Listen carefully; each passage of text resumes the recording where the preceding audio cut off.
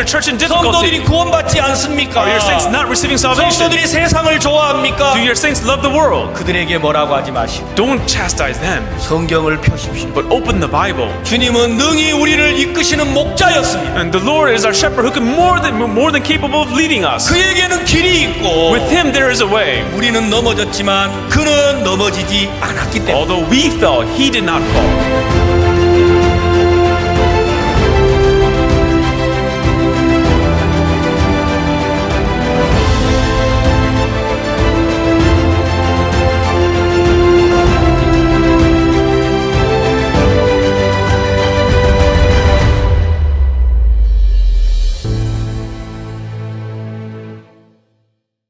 வணக்கம். இந்த நேரத்தில் வெற்றிகரமான ஊழியத்தை குறித்து நான் பகிர்ந்து கொள்ள போகிறோம். At this time, everyone, we're going to be looking into successful ministry. கொரோனாவின் நிமித்தமாக நாம் நேருக்கு நேர் பார்க்க முடியவில்லை. நாம் ஆன்லைன் மூலமாக இந்த கூட்டத்தை செய்கிறோம். Due to the coronavirus, we're not able to see each other face by face. However, we are doing this CLF through the online. வெற்றிகரமான ஊழியத்தின் நிமித்தமாக உங்களோட தேவனுடைய வார்த்தையை பகிர்ந்து கொள்ள முடிந்ததற்காக நான் மிகவும் நன்றியுள்ளவனாக இருக்கிறேன். I'm so thankful to the grace of God that we're able to share this time together through online. முதலாவது வேதாகம வசனத்தை நாம் வாசிக்கலாம். யோவான் சுவிசேஷம் 10வது அதிகாரம். First, let's look into the words of John chapter 10. யோவான் சுவிசேஷம் 10வது அதிகாரம் 1வது வசனத்திலிருந்து 18 வரைக்கும் நாம் வாசிக்கலாம். We'll read John chapter 10 from verse 1 through 8. மெய்யாகவே மெய்யாகவே நான் உங்களுக்கு சொல்லுகிறேன், ஆட்டுத் தொழுவத்துக்குள் வாசல் வழியாய் பிரவேசியாமல் வேறு வழியாய் ஏறுகிறவன் கள்ளனும் கொள்ளைக்காரனுமாய் இருக்கிறான். Verily, verily, I say unto you, he that entereth not by the door into the sheepfold, or climbeth but of some other way, the same is a thief and a robber. வாசல் வழியாய் பிரவேசிக்கிறவனோ ஆடுகளின் மேய்ப்பனாய் இருக்கிறான். But he that entereth in by the door of the shepherd of the sheep. வாசலை காக்கிறவன் அவனுக்கு திறக்கிறான், ஆடுகளும் அவன் சத்தத்துக்கு செவி கொடுக்கிறது. அவன் தன்னுடைய ஆடுகளை பேர் சொல்லி கூப்பிட்டு அவைகளை வெளியே நடத்தி கொண்டு போகிறான். To him the porter openeth, and the sheep hear his voice, and he calleth his own sheep by name, and lendeth them out. அவன் தன்னுடைய ஆடுகளை வெளியே விட்ட பின்பு அவைகளை முன்பாக நடந்து போகிறான். ஆடுகள் அவன் சத்தத்தை அறிந்திருக்கிறபடியினால் அவனுக்கு பின் செல்லுகிறது. And when he put forth his own sheep, he goeth before them, and the sheep follow him, and for they know his voice. அந்நியருடைய சத்தத்தை அறியாதபடியினால் அவைகள் அந்நியனுக்கு பின் செல்லாமல் அவனை விட்டோடி போகும் என்றார். The stranger will they not follow, but will flee from him, and they know not the voice of the strangers. இந்த உவமையை இயேசு அவர்களுடனே சொன்னார், அவர்களோ அவர் சொன்னவைகளின் கருத்தை அறியவில்லை. This parable spake Jesus unto them, for they understood not what things which were spake unto them. ஆதலால் இயேசு மறுபடியும் அவர்களை நோக்கி, நானே ஆடுகளுக்கு வாசல் என்று மெய்யாகவே மெய்யாகவே உங்களுக்கு சொல்லுகிறேன். Then said Jesus unto them again, Verily, verily, I say unto you, I am the door of the sheep. எனக்கு முன்னே வந்தவர்கள் எல்லாரும் கள்ளரும் கொள்ளைக்காரருமாய் இருக்கிறார்கள், ஆடுகள் அவர்களுக்கு செவி கொடுக்கவில்லை. All they that ever came before me are thieves and robbers, but the sheep did not hear them. நானே வாசல், என் வழியாய் ஒருவன் உட்பிரவேசித்தால் அவன் ரட்சிக்கப்படுவான், அவன் உள்ளும் புறம்பும் சென்று மேய்ச்சலை கண்டடைவான். I am the door. By me if any man enter in, then he shall be saved, and shall go in and out and find pasture. திருடன் திருடவும் கொல்லவும் அழிக்கவும் வருகிறானே அன்றி வேறொன்றுக்கும் வரான். நானோ அவைகளுக்கு ஜீவன் உண்டாயிருக்கவும் அது பரிபூர்ணப்படவும் வந்தேன். The thief cometh not, but for steal, and to kill, and to destroy. I am come that they might live, have life, and that they might have it more abundantly. நானே நல்ல மேய்ப்பன் ஆடுகளுக்காக தன் ஜீவனை கொடுக்கிறான். I am the good shepherd giveth his life for the sheep. மேய்ப்பனாய் இராதவனும் ஆடுகள் தனக்கு சொந்தமல்லாதவனுமான கூலியால் ஊனாய் வருகிறதைக் கண்டு ஆடுகளை விட்டு ஓடிப்போகிறான். அப்பொழுது ஊனாய் ஆடுகளை பீறி அவைகளை சிதறடிக்கும். But he that is an hireling, and not the shepherd, whose own the sheep are not, seeth the wolf coming, and leaveth the sheep, and fleeth, and the wolf catcheth them, and scattereth the sheep. கூலியால் கூலிக்காக வேலை செய்கிறவனாகையால் ஓடி போகிறான். ஆடுகளுக்காக அவன் The கவலைப்படான். hireling fleeth because he is an hireling, and careth not for the sheep. நானே நல்ல மேய்ப்பன், பிதா என்னை அறிந்திருக்கிறது போலவும் நான் பிதாவை அறிந்திருக்கிறது போலவும் I am the good shepherd and know my sheep and am known of mine. நான் என்னுடையவைகளை அறிந்தும் என்னுடையவைகளால் அறியப்பட்டும் இருக்கிறேன். ஆடுகளுக்காக என் ஜீவனையும் கொடுக்கிறேன். As the Father knoweth me, even so know I the Father, and I lay down my life for the sheep. இந்த தொழுவத்தில் உள்ளவைகள் அல்லாமல் வேறு ஆடுகளும் எனக்கு உண்டு, அவைகளையும் நான் கொண்டு வர வேண்டும். அவைகளின் சத்தத்துக்கு செவி கொடுக்கும், அப்பொழுது ஒரே மந்தையும் ஒரே மேய்ப்பனுமாகும். And other sheep have I, are not at this fold, them also I must bring, and they shall hear my voice, and they shall be one fold and one shepherd. நான் என் ஜீவனை மறுபடியும் அடைந்து கொள்ளும்படிக்கு அதை கொடுக்கிறபடியினால் பிதா என்னில் அன்பாயிருக்கிறார். Therefore doth my Father love me, because I lay down my life that I might take it again. ஒருவனும் அதை என்னிடத்திலிருந்து எடுத்துக்கொள்ள மாட்டான், நானே அதை கொடுக்கிறேன். அதை கொடுக்கவும் எனக்கு அதிகாரம் உண்டு, அதை மறுபடியும் எடுத்துக்கொள்ளவும் எனக்கு அதிகாரம் உண்டு. இந்த கட்டளையின் பிதாவினிடத்தில் பெற்றுக்கொண்டேன் என்றார். No man taketh it from me, and I lay it down of myself. I have power to lay it down, and I have power to take it again. This commandment have I received of my Father. வெற்றிகரமான ஊழியத்தை குறித்து நாம் கர்த்தருடைய வார்த்தையை பகிர்ந்து கொள்ள போகிறோம். We're going to be discussing on successful ministry together. உண்மையாகவே வெற்றிகரமான மேய்ப்பர் இயேசு கிறிஸ்துவாகும். The true shepherd that has been successful is Jesus Christ. இயேசு கிறிஸ்து சொல்லுகிறார், நான் நல்ல மேய்ப்பன். As Jesus Christ kindly said, he says that I am the good shepherd. கூலியால் வேலைக்காரையை பற்றியும் இயேசு சொல்லியிருக்கிறார். And he also had mentioned about the hirelings. இந்த உலகத்தில் நல்ல மேய்ப்பனாக இருக்கக்கூடிய இயேசு கிறிஸ்துவும் இருக்கிறார். There is the good shepherd, which is Jesus Christ inside this world. கூலி மேய்ப்பரும் இருக்கிறார்கள். But there are also the hirelings of this world. நாம் தேவனுடைய வார்த்தையை பொறுத்து ஆடுகளை மேய்க்கக்கூடிய மேய்ப்பர்களாக இருக்கிறோம். And we are the shepherds who are taking care of the sheep of this world.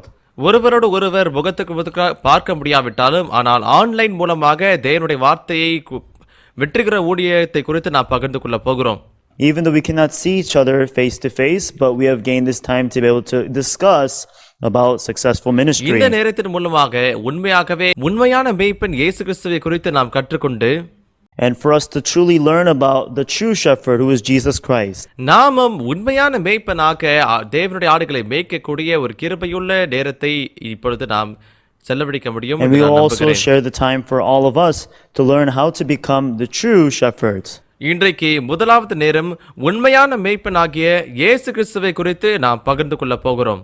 So today is the first session, and we'll be thinking about the true shepherd who is Jesus Christ. இந்த நேரத்தில் செய்தியை நான் சொல்ல கிடைத்த எனக்கு வாய்ப்பின் As I gained the மூலமாக opportunity to give this lecture, வெற்றிகரமான ஊழியம் என்ற தலைப்பு எனக்கு I கிடைத்தது. received the title of successful ministry. உண்மையாகவே நான் இந்த செய்தியை கொடுக்க முடியுமா என்று நினைத்தேன். And I truly thought and doubted whether I would be able to give a lecture on this.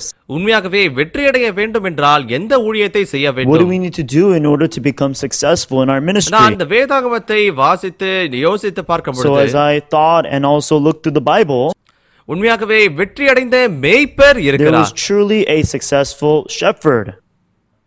ஊழியம் என்ற இந்த வார்த்தை And so the word ministry,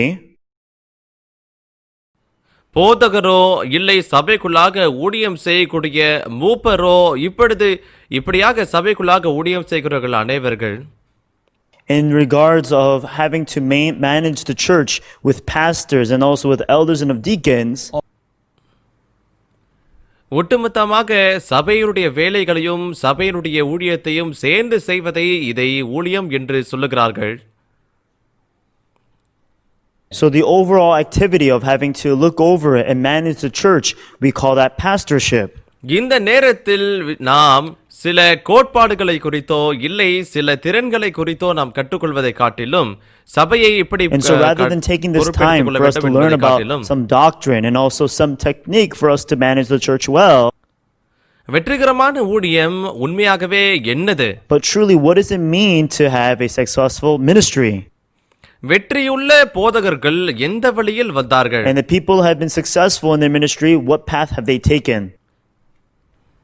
வேதாகமத்தில் இந்த உண்மையை நாம் தெரிந்து கொள்படியாக இந்த நேரம் நாம் செலவழிக்க போகிறோம். And so we want to take this time to think about those things and look through the Bible together. உண்மையாகவே வெற்றியுள்ள மேய்ப்பன் அது இயேசு கிறிஸ்து மாத்திரமே. Everyone, the truly successful pastor is Jesus Christ. இயேசு கிறிஸ்து அவர் மெய்யாகவே சொன்னார், As Jesus Christ, he kindly says, நானே நல்ல மேய்ப்பன் என்று சொன்னார். he says, I am the good shepherd. இன்றைக்கு யோவான் சுவிசேஷம் 10:11 வசனத்தில், If you look at John chapter 10 verse 11, நானே நல்ல மேய்ப்பன் ஆடுகளுக்காக தன் ஜீவனை கொடுக்கிறான். it says, I am the good shepherd giveth his life for the sheep. நல்ல மேய்ப்பனுடைய வேதாகம தரம் இங்கே எழுதப்பட்டிருக்கிறது. This is the biblical standard of a good shepherd. நான் ஆடுகளுக்காக ஜீவனை கொடுத்தேன். He says, for I have given my life for the sheep. எதிர்மறையாக கூலி மேய்ப்பனும் இருக்கிறான். But on the other hand, there are also the hireling. 12வது வசனம், மேய்ப்பனாய் இராதவனும் ஆடுகள் தனக்கு சொந்தமல்லாதவனுமான கூலியால் ஓனாய் வருகிறதை கண்டு ஆடுகளை விட்டு ஓடி போகிறான். அப்பொழுது ஓனாய் ஆடுகளை பீறி அவைகளை சிதறடிக்கும். But he, verse 12, but he that is an hireling and not the shepherd, whose own sheep are not, seeth the wolf coming and leaveth the sheep and fleeth, and the wolf catcheth them and scattereth the sheep. உண்மையான மேய்ப்பனுக்கும் போலி மேய்ப்பனுக்கும் உள்ள வித்தியாசம் What is the என்னது? standard between a good shepherd and the hireling? பிரபலமான வேதாகம கல்லூரியிலிருந்து நான் பட்டமளிப்பாலே நாம் நல்ல மேய்ப்பனாக When is it முடியுமா? that we have to come out and graduate from a good theology school? சிறப்பான காரியங்களில் அப்படி ஊழியத்தை செய்ய வேண்டுமா? Or must we present good and also greater work? இல்லை என்றால் நண்பர்களுக்காக ஜீவனையே கொடுத்த இயேசு கிறிஸ்துடைய சாயலை போல, Or just like the image of Jesus Christ who gave his own life for that of his friends, இந்த வேதாகமத்தில் உண்மையான மேய்ப்பனுடைய பாதையை தெளிவாக எழுதியிருக்கிறது. inside the Bible records precisely the path on how to live successful ministry. அதே போல போலி மேய்ப்பனுடைய பாதையும் கர்த்தர் தெளிவாக It also எழுதியிருக்கிறார். precisely describes on the life of the hireling. நானே நல்ல மேய்ப்பன், I am the good shepherd. ஆடுகளுக்காக என் ஜீவனை கொடுக்கிறேன் என்று He வசனம் says, சொல்லுகிறது. for I giveth my life for the sheep. மேய்ப்பனாய் இராதவன் ஓநாய்கள் வந்தால் ஓடி விடுகிறான் என்று வசனம் However, the சொல்லுகிறது. hirelings, whenever the wolves come, they run away. அநேக ஜனங்கள் தனக்காகவே ஊழியம் செய்கிறவர்கள் இருக்கிறார்கள். There are many people who live the life of the ministry for their own selves. எனக்கு லாபம் கிடைக்கும் பொழுது ஆடுகளை மேய்ப்பார்கள். And so they would take care of the sheep whenever it's a benefit to them. எனக்கு லாபம் இல்லாத நேரத்தில் எனக்கு ஆபத்தாக இருந்தால் ஆடுகளை விட்டு அவர்கள் ஓடி But போகிறார்கள். if it will not benefit in any way, then they will scatter and throw away and flee from the sheep. எங்களுடைய நகரத்திலும் அநேக ஊழியக்காரர்கள் There are இருக்கிறார்கள். many ministers around us. ஆனால் நாமோ அவர்கள் உண்மையான மேய்ப்பரா இல்லை போலியான மேய்ப்பரா என்பதை பிரித்து பார்ப்பது கடினம் இல்லையா? It's actually very difficult for us to distinguish whether there may be the true shepherds or the false ones. ஆனால் ஆடுகளுக்காக ஜீவனை கொடுக்கிறவர்கள் இருக்கிறார்கள். However, there are those who give their own lives for the sheep. தன்னுடைய ஜீவனுக்காக ஆடுகளை தூக்கி எறிகிறவர்களும் இருக்கிறார்கள். And there are those who would go and flee from the sheep. இயேசு எந்த விதமான மேய்ப்பன்? So what kind of shepherd was Jesus? ஆடுகளுக்காக ஜீவனை கொடுக்கிற மேய்ப்பனாய் அவர் இருந்தார். He was the shepherd whom gave his own life for the sheep. ஆகவே அவர் சொல்லுகிறார், நானே நல்ல மேய்ப்பன். And so as he speaks of himself, he says that I am the good shepherd. நான் ஆடுகளுக்காக என்னுடைய ஜீவனை கொடுக்கிறேன் என்று சொல்லியிருக்கிறார். For he says that I have given my own life for the sheep. அநேக ஜனங்கள் ஏன் இந்த ஆடுகளை மேய்க்கக்கூடிய இந்த பாதையில் ஏன் வந்திருக்கிறார்கள்? Why was it that many people have entered and walked this path into this ministry? இன்றைக்கு முதலாவது நேரத்தில் இயேசு கிறிஸ்து நல்ல மேய்ப்பன் என்று சொல்லியிருக்கிறோம். And so in our first session, we talked about how Jesus Christ, he is the shepherd. நாம் வெற்றிகரமான ஊழியத்தை செய்ய வேண்டும் என்றால், In order for us to have successful ministry, அடித்தளமான மாடலாக தேவன் இயேசு கிறிஸ்துவை நமக்கு கொடுத்திருக்கிறார். the most basic model which God has given us is Jesus Christ. நாம் சிறப்பான குணாதிசயங்களை வைத்திருக்க வேண்டும் என்று இல்லை. It's not that we have to have good characteristics. அநேக ஞானத்தை வைத்திருக்க வேண்டும் It's not என்றும் that we இல்லை. have to have great knowledge. இந்த உண்மையான மேய்ப்பன் இயேசு கிறிஸ்துவை குறித்து கற்றுக்கொள்கிறோம். We need to learn about the true shepherd who is Jesus Christ. அவர் சென்ற பாதையில் நாமும் பின்பற்றி செல்ல We must வேண்டும். walk and follow the path which he took. அவர் சொன்ன வார்த்தைக்கு பதிலாக வெளிப்படுத்தப்பட And we வேண்டும். must also present the works in the words which he spoke of. அவர் வாழ்ந்த வாழ்க்கையை நாம் கற்றுக்கொள்ளுகிறோம். We have to learn about the life which he lived. ஆகவே வேதாகமத்தில் போதகருடைய தரத்தை கர்த்தர் கொடுத்திருக்கிறார். Therefore, according to the Bible, God has placed the standard of a shepherd. இன்றைக்கு யோவான் 10 அதிகாரம் 1வது If you வசனத்தில் look into the words of John chapter 10 verse 1, மெய்யாகவே மெய்யாகவே நான் உங்களுக்கு சொல்லுகிறேன், ஆட்டு தொழுவத்துக்குள் வாசல் வழியாய் பிரவேசியாமல் வேறு வழியாய் ஏறுகிறவன் கள்ளனும் கொள்ளைக்காரனுமாய் இருக்கிறான். it says, Verily, verily, I say unto you, he that entereth not by the door into the sheepfold, but climbeth up some other way, and same as a thief and a robber. இந்த சபை கட்டிடத்திற்குள்ளாக வரும்பொழுது கதவு வழியாக வராவிட்டால் என்ன And ஆகும்? when I entered into this chapel, if I had not entered through the door, what would have? காவல்துறை வந்து என்னை பிடித்து செல்வார்கள் இல்லையா? Then the police would come and take me away. ஏனென்றால் தெளிவாக என்னை பார்த்து கள்ளன் கொள்ளைக்காரன் என்று சொல்லுவார்கள். Surely they will describe me as a thief or a robber. மேய்ப்பன் என்றால் யார்? So what kind of person is a shepherd? வாசல் வழியாய் உட்பிரவேசிக்கிறவன் என்று வசனம் He is the சொல்லுகிறது. one who comes through the sheepfold, the door of the sheepfold. நீங்கள் இந்த சபைக்குள்ளாக வர வேண்டும் என்றால் வாசல் வழியாய் உள்ளே வர வேண்டும். And when just as how when you enter into the chapel, you enter through the door. ஒரு போதகருடைய பாதையில் செல்ல வேண்டும் என்றால் முதலாவது ஆட்டு தொழுவத்தின் வாசல் வழியாய் உட்பிரவேசிக்க வேண்டும். In order for us to enter into the sheepfold, we must enter through the door. இந்த ஆட்டு தொழுவத்தினுடைய வாசல் இயேசு கிறிஸ்து என்று சொல்லுகிறது. And the door to the sheepfold, it says, is Jesus Christ. 10வது வசனம் 2வது வசனத்தில் Chapter 10 verse 2, வாசல் வழியாய் பிரவேசிக்கிறவனோ ஆடுகளின் மேய்ப்பனாய் இருக்கிறார். But he that entereth in by the door is the shepherd of the sheep. 7வது வசனத்தில் In verse 7, ஆதலால் இயேசு மறுபடியும் அவர்கள் நோக்கி, நானே ஆடுகளுக்கு வாசல் என்று மெய்யாகவே மெய்யாகவே உங்களுக்கு சொல்லுகிறேன். Then said Jesus unto them again, Verily, verily, I say unto you, I am the door of the sheep. இயேசு கிறிஸ்து சொல்லுகிறார். Jesus Christ spoke himself. வாசல் வழியாய் பிரவேசிக்காதவன் மேய்ப்பன் அல்ல என்று சொல்லுகிறார். It says, Whosoever does not enter through the door is not the shepherd. மேய்ப்பனுடைய அஸ்திபாரமான காரியம் ஆட்டு தொழுவத்தின் வாசல் வழியாய் பிரவேசிக்கிறான். The most basic attribute to the shepherd is that he enters through the door. ஆனால் வாசல் வழியாய் பிரவேசிக்காதவன் கள்ளன் கொள்ளைக்காரன் என்று அழைக்கப்படுகிறான். If you do not enter through the door, then you are considered to be a thief or a robber. அவர்தான் போலி மேய்ப்பன். It says that they are the hirelings. இந்த வாசல் இயேசு கிறிஸ்து என்று சொல்லப்படுகிறது. That door is Jesus Christ. அப்போஸ்தலனாகிய பவுல் புறஜாதிகளுடைய அப்போஸ்தலனாக அவர் ஊழியம் செய்யப்படுது. Apostle Paul, when he was called to be the apostle to the Gentiles, அநேக ஜனங்கள் அப்போஸ்தலனாகிய பவுலை அப்போஸ்தலன் என்று கருதவில்லை. at the time many people did not consider him to be an apostle.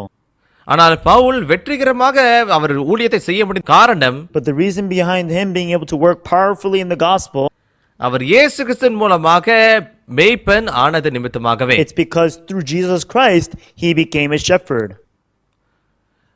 நம்முடைய வேதாகம பள்ளியில் மாணவர்களை சேகரிக்கும் பொழுது So when we recruit students to enter into our theology school, எந்த ஒரு தரத்தையும் நாங்கள் வைத்திருப்பது we கிடையாது. do not have any sort of other இரண்டே standard. விதமான தரமும் தகுதி இருக்கிறது. There are just two standards. ஒன்று 18 வயதை தாண்டிருக்க வேண்டும் என்ற ஒரு தகுதி. The very first standard is that you must be over the age of 18.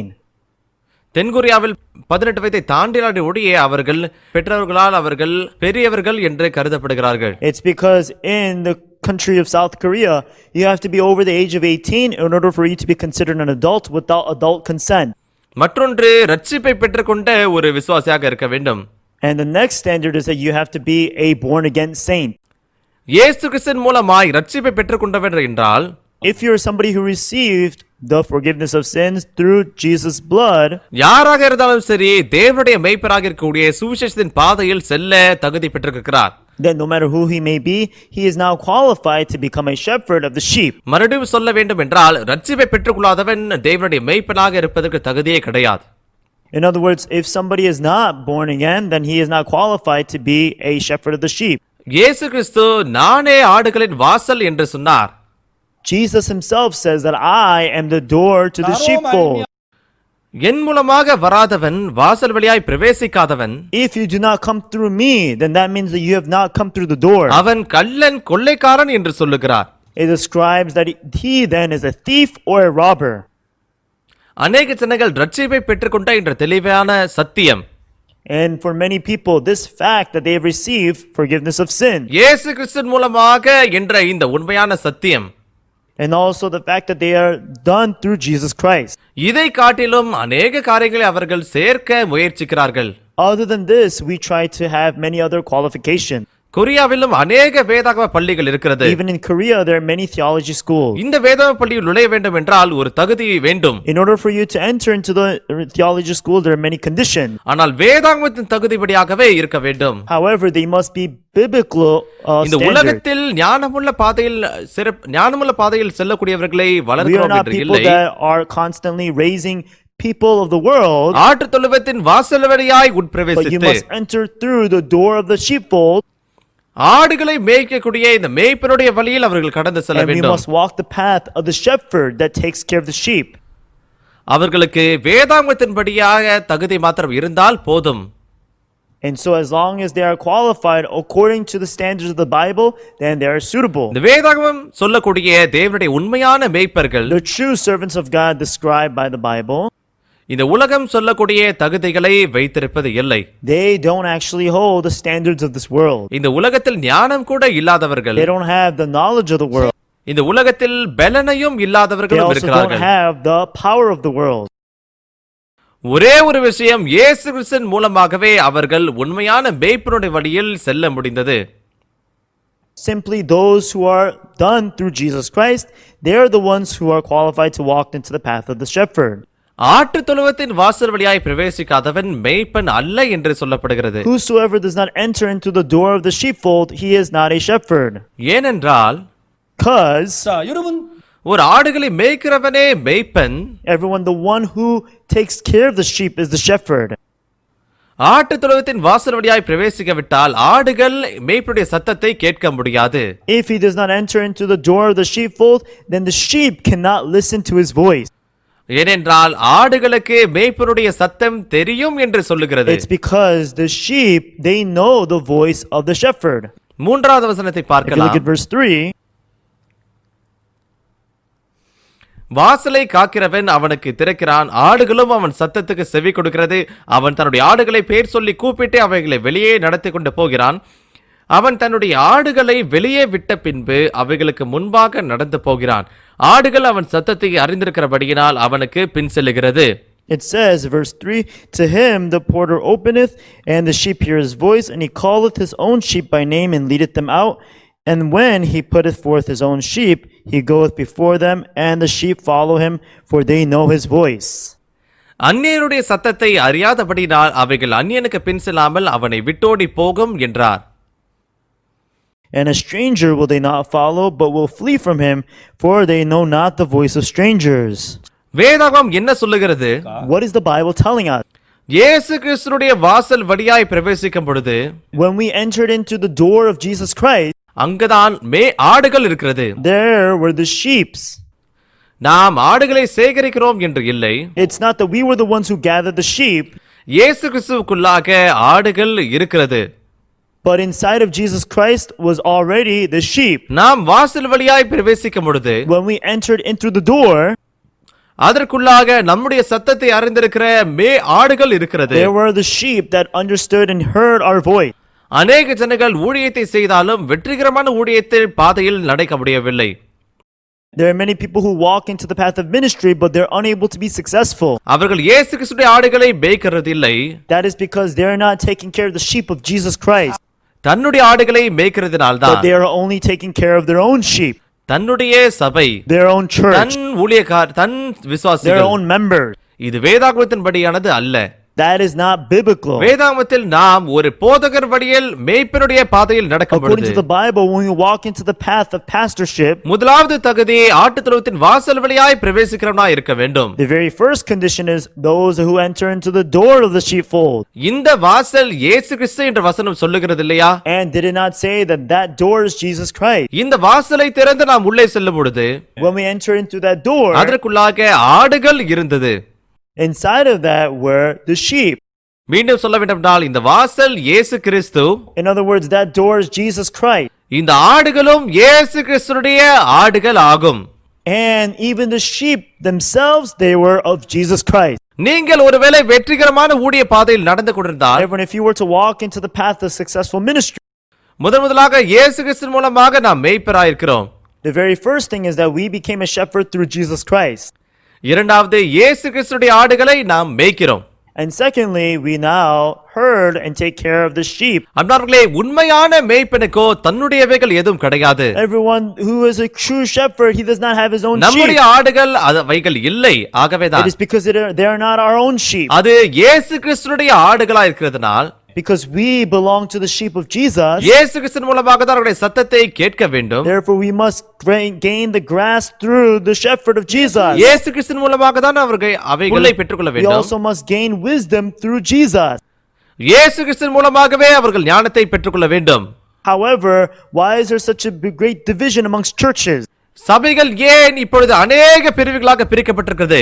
If we are to take care of the sheep of Jesus Christ, then there is no division. போதகர்கள் தங்களுடைய ஆடுகளை மேய்ப்பதனால் தான் தங்களுடைய விருப்பத்தின்படியாக ஊழியத்தை செய்து கொண்டிருக்கிறார்கள். But because people have their own sheep which they take care of, that's why there's so much division and there's separation. இங்கே 10வது அதிகாரம் 9வது Chapter வசனத்தில், 10 verse 9, நானே வாசல், என் வழியாய் ஒருவன் உட்பிரவேசித்தால் அவன் ரட்சிக்கப்படுவான், அவன் உள்ளும் புறமும் சென்று மேய்ச்சலை கண்டடைவான். it says here, I am the door. By me, if any man enter in, he shall be saved, and shall go in and out and find pasture. அன்பார்களே, ஊழியம் என்பது இயேசு கிறிஸ்துவின் மூலமாகத்தான் நடைபெறும். Everyone, our ministry must be done through Jesus Christ. இந்த வாசலுக்கு புறம்பும் சென்றிருந்தால், As we come in and out through the door, இயேசு கிறிஸ்துவின் மூலமாக மேய்ச்சலை கண்டடைவதே ஒரு போதகருடைய ஊழிய வாழ்க்கையாகும். the life of the pastor is that he must gain the way through and find pasture through him. வெற்றிகரமான ஊழியத்திற்கான நேரத்தை நான் ஆயத்தம் செய்யும் Everyone, பொழுது, as I prepare this lesson on successful ministry, என்னுடைய இருதயத்தில் கர்த்தரை நோக்கி நன்றியுள்ள இருதயம் அதிகரிக்க inside ஆரம்பித்தது. of my heart I receive so much gratitude toward God. நான் ரட்சிப்பை பெற்றுக் கொண்டிருக்கிறேன். I have received salvation. கர்த்தர் என்னை போதகராக அழைத்திருக்கிறார். God has called me to be his sheep. எனக்குள்ளாக இருக்கக்கூடிய இந்த ஆடுகள் இதுவீகள் என்னுடைய ஆடுகள் இல்லை. As he has called me to become a shepherd, these sheep which I have are not mine. இவைகள் இயேசு கிறிஸ்துடைய ஆடுகள் ஆகும். But they are actually the sheep that belongs to Jesus Christ. நான் இவர்களை சிறப்பாக மேய்க்க வேண்டும், இவர்களை In order போஷிக்க for வேண்டும் me to be என்றால், able to well feed them and take care of them, எந்த இடத்திலிருந்து நான் மேய்ச்சலை கண்டடைக்க where வேண்டும்? must I gain that pasture? இயேசு கிறிஸ்து மூலமாக தான் அவற்றை கண்டடைய I must வேண்டும். gain it from Jesus Christ. இந்த உலகத்தினுடைய ஞானத்தின் மூலமாக நான் இவைகளை கண்டடைய வேண்டும் என்று இல்லை. It's not that I have to gain such pastures and knowledge from the knowledge and also the thesis of the world. இயேசு கிறிஸ்துவின் மூலமாக நான் மேய்ச்சலை சேகரிக்க வேண்டும். But I must gain pasture through Jesus Christ. 2 Samuel 17வது அதிகாரத்தை பார்த்தீர்கள் என்றால், If you look in the words of 1 Samuel chapter 17, தாவீது என்ற தேவனுடைய ஊழியர் ஒருவர் there is a இருந்தார். servant of God by the name of David. அவர் எப்படி தன்னுடைய ஆடுகளை மேய்த்ததாக வேதவசனம் சொல்லுகிறது. How does it record of him taking care of his sheep? ஒரு நாள் அவர் தன்னுடைய ஆடுகளை மேய்த்து கொண்டிருக்கும் பொழுது, And so one day as he was taking care of his sheep, தன்னுடைய தகப்பனாருடைய ஆடுகளை மேய்த்து கொண்டிருந்ததாக வசனம் சொல்லுகிறது இல்லையா? it says, for he was taking care of the sheep of his father. தன்னுடைய ஆடுகளை அவர் மேய்க்கவில்லை. It's not that he took care of his own sheep, தகப்பனாருடைய ஆடுகளை மேய்த்து but கொண்டிருந்தார். he was taking care of the sheep of his father. அந்த நேரம் யார் வந்தது? Right then, who came? சிங்கம் வந்தது இல்லையா? Yes, there was a lion that came. ஒரு கரடி வந்தது. There was a bear that came. அந்த நேரம் அவர் என்ன செய்தார்? But what did he do then? சிங்கமும் கரடியும் தகப்பனாருடைய ஆடுகளை திருடி செல்லும் பொழுது, During the time in which the lion and the bears, they tried to swallow up the sheep of his father, அவர் தன்னை காப்பாற்றுவதற்காக ஓடி போகவில்லை. it's not that he ran away for himself. தகப்பனாருடைய ஆடுகளுக்காக சிங்கத்தினுடைய வாயிலிருந்து கரடியுடைய வாயிலிருந்து ஆடுகளை காப்பாற்றினதாக வசனம் சொல்லுகிறது. But it says that for the sheep of his father, he was able to save them from the mouth of the lion and the bears. போதகர் எந்த ஆடுகளை மேய்க்கிறார்கள்? True shepherds, what kind of sheep have they taken care of? தன்னுடைய ஆடுகளை மேய்க்கிறது இல்லை. It says that they did not take care of their own sheep. தகப்பனாருடைய ஆடுகளை மேய்க்கிறார்கள். They actually took care of the sheep of their father. அவர்கள் தன்னுடைய ஆடுகளுக்காக ஜீவனையே கொடுக்கிறார்கள் என்ற அர்த்தம். They are those who given up their own lives for the sheep of their father. இன்றைய காலத்தில் அநேக போதகர்கள் மேய்ப்பர்கள் இருக்கிறார்கள். And so there are many shepherds of this time. ஏன் அவர்கள் வேதாகமம் சொல்லக்கூடிய வழியில் செல்வதில்லை? Why is it that they're unable to walk into the path that is spoken of by the Bible? கடினங்கள் வந்தால் அதை தவிர்க்கிறார்கள் இல்லையா? Whenever there are difficulties, they avoid it. தன்னுடைய ஜீவனுக்கு அபாயம் வரும்பொழுது இந்த வழியை தூக்கி எறிந்து ஓடி போகிறவர்களும் இருக்கிறார்கள். Whenever they receive threat in their lives, they run away from this life. நமக்குள்ளாக இருக்கக்கூடிய இந்த ஆடுகள், This sheep which we have, அவைகள் நம்முடைய ஆடுகள் இல்லை. they are not our own sheep. என்னுடைய நன்மை கடின உழைப்பின் மூலமாக நான் சேகரித்தவைகள் They are அல்ல. not those whom we gain through our own efforts and our own diligence. என்னுடைய பலன் மூலமாக நான் அவைகளை சேகரிக்கவில்லை. They are not those whom we gain through our own power. அவைகள் இயேசு கிறிஸ்துவினுடைய ஆடுகளாகும். But they are the sheep of Jesus Christ. அவர்கள் இயேசு கிறிஸ்து மூலமாக மேய்ச்சலை கண்டடைந்து அவர்களை போஷிக்க வேண்டுமா? They are those who we need to receive the pasture from Jesus Christ to feed them. இயேசு கிறிஸ்து இந்த உலகத்திற்கு வருவதற்கு முன்பாக And up until the time when Jesus returns to this world, கொஞ்ச காலம் நமக்குள்ளாக ஒப்படைக்கப்பட்ட ஜனங்களே அவர்கள். they are those who have been temporarily entrusted into our hand. இரவும் பகலும் தன்னுடைய ஆடுகளை மேய்ப்பதாக லூக்கா எழுதின சுவிசேஷத்தில் நாம் பார்க்கிறோம். So inside the book of Luke, it records that without day or night, they continue to watch over their sheep. அது மாத்திரமல்ல, இங்கே 10 அதிகாரம் 17வது வசனத்தில், So then if you look at verse 17, நான் என் ஜீவனை மறுபடியும் அடைந்து கொள்ளும்படிக்கு அதை கொடுக்கிறபடியினால் பிதா என்னில் அன்பாயிருக்கிறார். therefore doth my Father love me, because I lay down my life that I may take it again. இந்த ஆடுகள் இயேசுனுடைய ஆடுகள் இல்லை, பிதாவினுடைய ஆடுகளாக இருப்பதனால், It's because these sheep, they are not the sheep of them, but the sheep of God. இயேசு கிறிஸ்துவும் தன்னுடைய ஆடுகளை மேய்க்கவில்லை. So even Jesus Christ himself, he did not take care of his own sheep, தகப்பனாருடைய ஆடுகளை மேய்க்கிறார். but he took care of the sheep of his Father.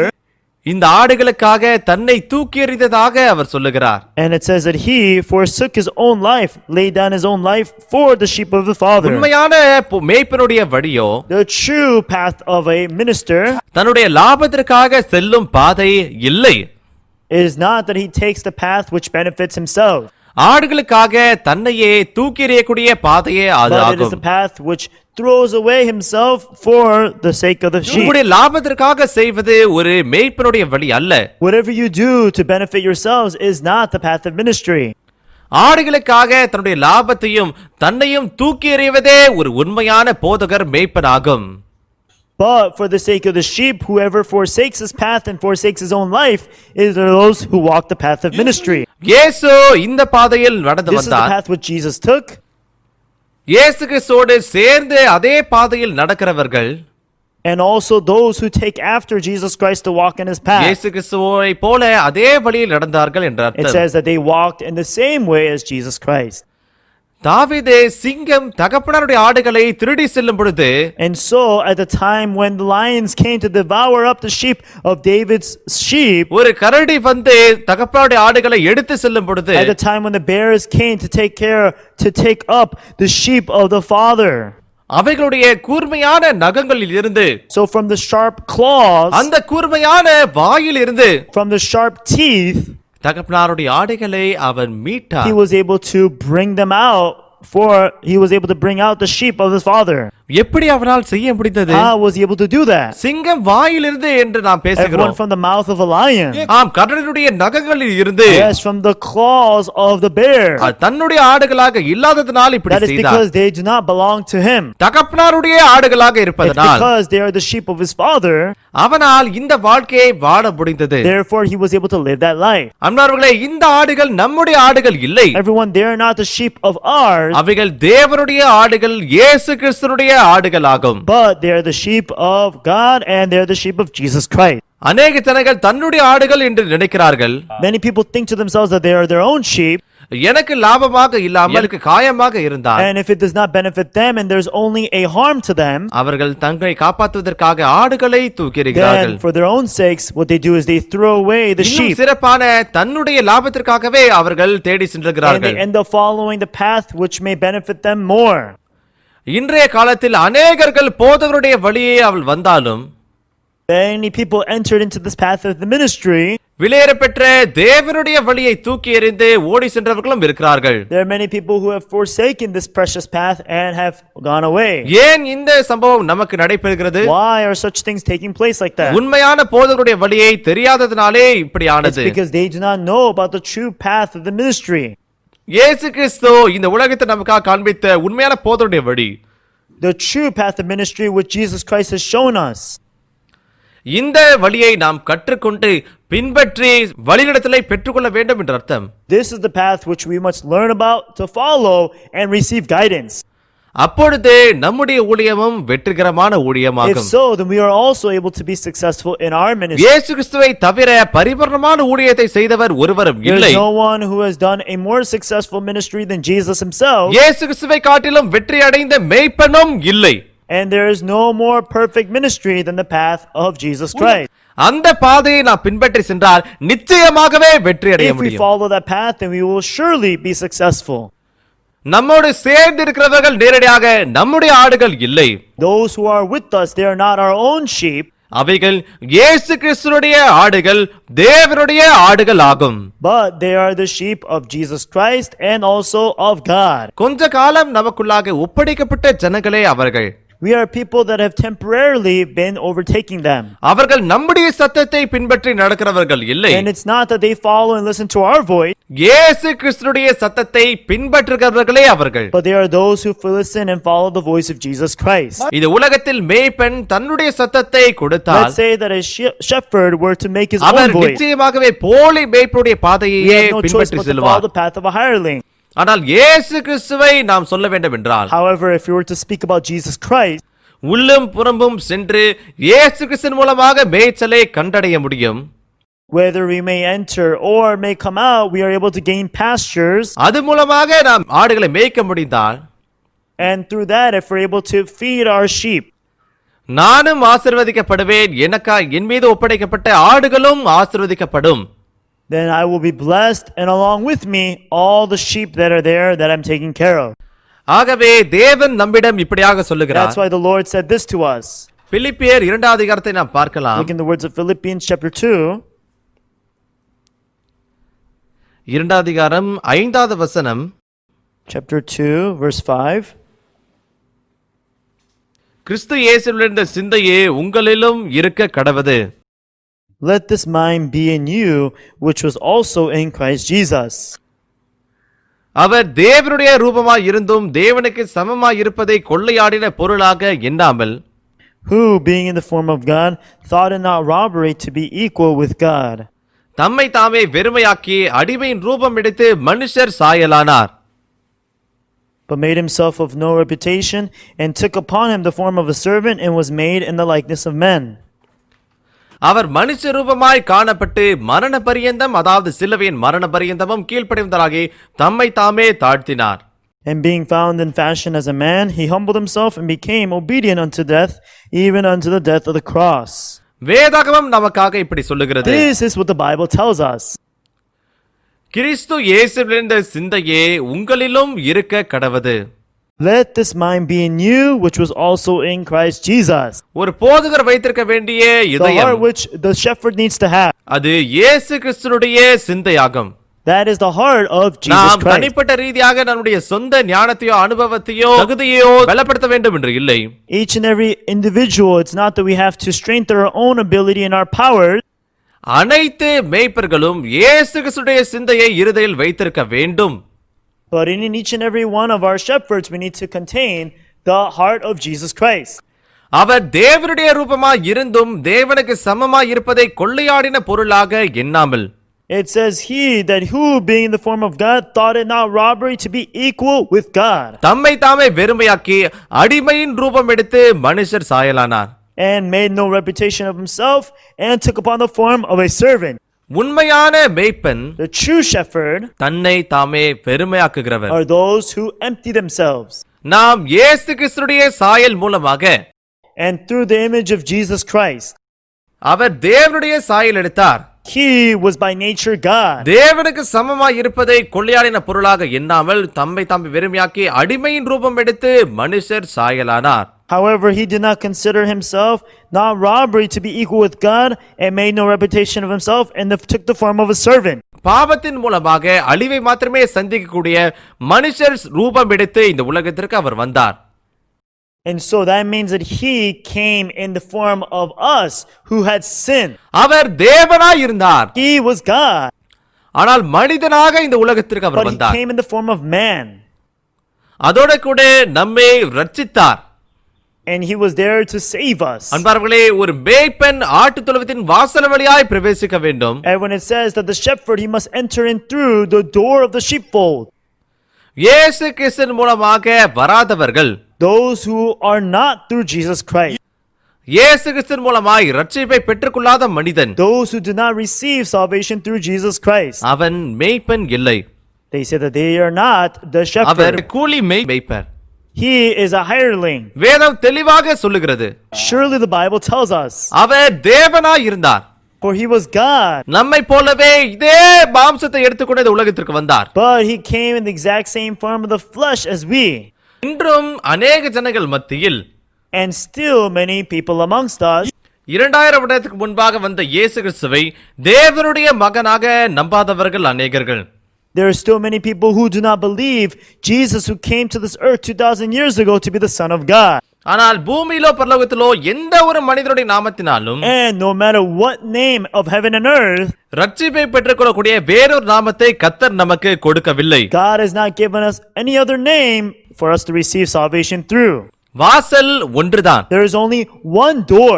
இயேசு கிறிஸ்துதான் அந்த That நாமம். is Jesus Christ. மேய்ப்பனாக கூடிய சிறப்பான ஒரு வழியோ The only way for us to live as a minister, இயேசு கிறிஸ்துவின் மூலமாகவே இது சாத்தியம். it must be done through Jesus Christ. நாம் ஆடுகளை மேய்க்க வேண்டும். And we must take care of the sheep, ஆனா அவைகள் நம்முடைய ஆடுகள் இல்லை. but those sheep are not ours. இயேசு கிறிஸ்துனுடைய ஆடுகள் ஆகும். But they are the sheep of Jesus Christ. அவைகள் நமக்கு சில காலம் கொஞ்ச காலம் ஒப்படைக்கப்பட்டவைகளே ஆகும். Therefore, they are the sheep which has been temporarily entrusted to us. நாம் அவைகளை விசுவாசின் வழியிலும் தேவனுடைய சித்தத்தின்படியாக வழிநடத்த வேண்டும் என்றால், In order for us to lead them into the path of faith, into the path of the world, நாம் உள்ளும் புறம்பும் செல்லும் பொழுது மேய்ச்சலையை கண்டடைய வேண்டும். we, as we go in and also out, we must gain pasture. அந்த வாசல் இயேசு கிறிஸ்துவாக இருப்பதனால், Because that door belongs to Jesus Christ. ஆடுகளை மேய்ப்பதற்காக நாம் உணவை ஆயத்தப்படுத்த வேண்டும். We must prepare the food for us to be able to feed the sheep. நாம் ஒவ்வொருவரும் வித்தியாசமாக நம்முடைய விருப்பத்திற்கு ஏற்ற உணவை ஆயத்தம் செய்ய வேண்டுமில்லை. It is not that we are there to prepare our own food. இயேசு கிறிஸ்துவின் மூலமாக நாம் ஆடுகளை மேய்ச்சல் அடைய செய்கிறோம் என்ற அர்த்தம். But we are able to gain the pastures through Jesus to feed our sheep. ஆகவே இயேசு நம்ம எனக்கு சொல்லுகிறார், Therefore Jesus spoke unto us. என்னை பார்த்துக் கொள்ளுங்கள். He says to take after me. நான் இயேசு கிறிஸ்துவின் மூலமாக மேய்ச்சலை கண்டடைய முடிந்தால், If you're able to gain pastures through Jesus Christ, வேறு சில மற்ற ஆடுகளும் உங்கள் மூலம் உங்களை பார்த்துக் then கொள்வார்கள். there will be other shepherds who will also take after you. அது உங்களை பார்த்துக் கொள்வது இல்லை. It's not that they are taking after you, நான் பார்த்துக் கொண்ட இயேசு கிறிஸ்து. but the Jesus Christ whom I took after. அப்படி என்றால் நான் இல்லை, நான் இயேசு கிறிஸ்து. Then that would mean that I am not me, but I am Jesus Christ. மற்ற ஆடுகள் மேய்ச்சலை கண்டடையும் பொழுது என்னை பார்த்துக் கொள்வதைப் போல தெரியலாம். And even though it may seem as though that the sheep, as they are coming to eat of the pastures, they will take after me. ஆனால் இயேசு கிறிஸ்துவை பார்த்துக் கொள்வர்கள் அவைகள் ஆகும். But in reality, they will take after Jesus Christ. ஆகவே விசுவாசின் ஊழியக்காரர்கள், Therefore, the servants of faith, என்னை பார்த்துக் கொள்ளுங்கள் என்ற வசனம் it சொல்லுகிறது. says to take after me, மனிதர்களை பார்த்துக் கொள்வது இல்லை. not to take after that person. உண்மையான மேய்ப்பனாகிய இயேசு கிறிஸ்துவை விட்டு வெளியே வந்தது நிமித்தமாக, But because he came out of the true shepherd, who is Jesus Christ. இயேசு கிறிஸ்துவுக்குள்ளாக மேய்ச்சலை கண்டடைந்தது நிமித்தமாக, And because you gain pastures through Jesus, அவர்கள் நேரடியாக இயேசு கிறிஸ்து அவர்தான். therefore he is Jesus Christ. அவர் மூலமாக இயேசு Through வெளியேறமாகிறார். him, Jesus is exemplified. இயேசுவின் மூலமாக மேய்ச்சலை And you கண்டடைகிறார். feed through Jesus. இயேசுவின் மூலமாக And அணிவிக்கப்படுகிறார். because you clothe through Jesus, அவர்கள் இயேசு கிறிஸ்துவை போலவே அதே வாழ்க்கையை வாழ்கிறார்கள். they're able to live the exact same life as Jesus Christ. இந்த வேதகம் நம்மை நோக்கி இப்படி சொல்லுகிறது. This is what the Bible tells us. இயேசு கிறிஸ்துவை பார்த்துக் கொள்ளுங்கள் என்ற வசனம் சொல்லுகிறது. It says to take after Jesus Christ. இந்த இருதயத்தை வைத்துக் கொள்ளுங்கள் என்ற வசனம் It says சொல்லுகிறது. to have this mind be in you. அவர் தேவனுடைய ரூபமாய் இருந்தாலும் For he came in the form of தேவனுக்கு சமமாய் God. இருப்பதை கொள்ளையாடின பொருளாக எண்ணாமல் தம்மை தாமே வெறுமையாக்கி அடிமையின் ரூபம் எடுத்து மனுஷர் But thought it not சாயலானார். robbery to be equal with God, but he made himself no reputation and our took upon மனுஷ him the ரூபமாய் form of a காணப்பட்டு servant. மரண பரியந்தம் அதாவது சிலுவையின் மரண பரியந்தமும் And it says, கீழ்ப்படிந்தவராகி and தம்மை being தாமே found as a தாழ்த்தினார். man, that he humbled himself, became obedient even unto death. சிலுவையில் நம்முடைய பாவத்திற்கான தண்டனையை அவர் பெற்றுக்கொண்டார். And he received the punishment of the cross.